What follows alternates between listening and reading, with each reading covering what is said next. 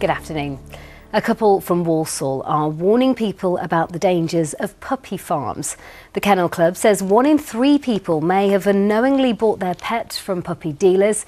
This couple's beagle died of a virus just 3 days after they paid £400 for him, and they believe it was due to the conditions that the dog was raised in. I think people who raise puppies for puppy farming are heartless. They're not thinking about people or animals. They're thinking about profit and how much money they can make. They're not thinking about the emotion behind it. They're just heartless.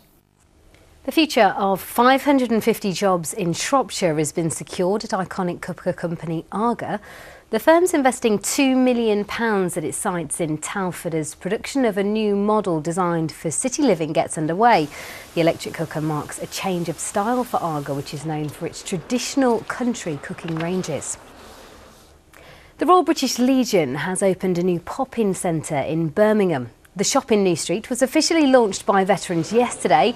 It's one of 16 new high street shops being opened across the UK as part of what leaders say is the biggest transformation in 93 years. It's hoped it'll make it easier for soldiers to access support. This is absolutely ideal. I mean, it's obviously very well located in Birmingham, so that people can just pop in for a little bit of advice, bit of support. It's a year since Birmingham's £189 million library was officially opened. It took 7 years to build and was opened by schoolgirl Malala Yousafzai, who was shot by the Taliban after campaigning for girls' education. It's welcomed almost 3 million visitors since then. A series of events will be held throughout the month to mark the occasion. And former England cricketer Phil Tufnell has become an artist. He's launched his very first collection of paintings at a gallery in Birmingham. There are 10 pieces in total, but Tuffers says it's still very much linked to his cricketing days. Well, nicknamed the cat when I played, and I fancied doing some artwork. You know, it's the only O level I've got, and I fancied doing something. I've always wanted to do it, so I put it all together. I was looking for a bit of inspiration. I was nicknamed the cat, so what a great place to start. And now time for a look at the weather forecast for today. Here's Janelle Aldred.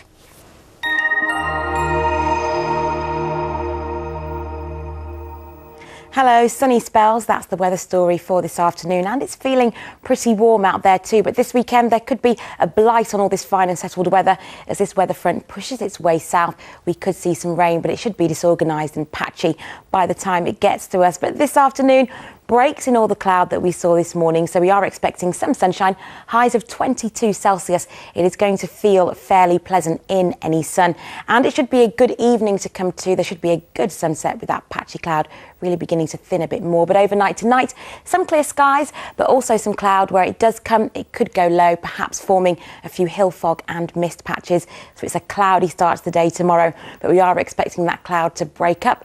By the afternoon, we're looking at highs of 21 Celsius and more in the way of sunny spells.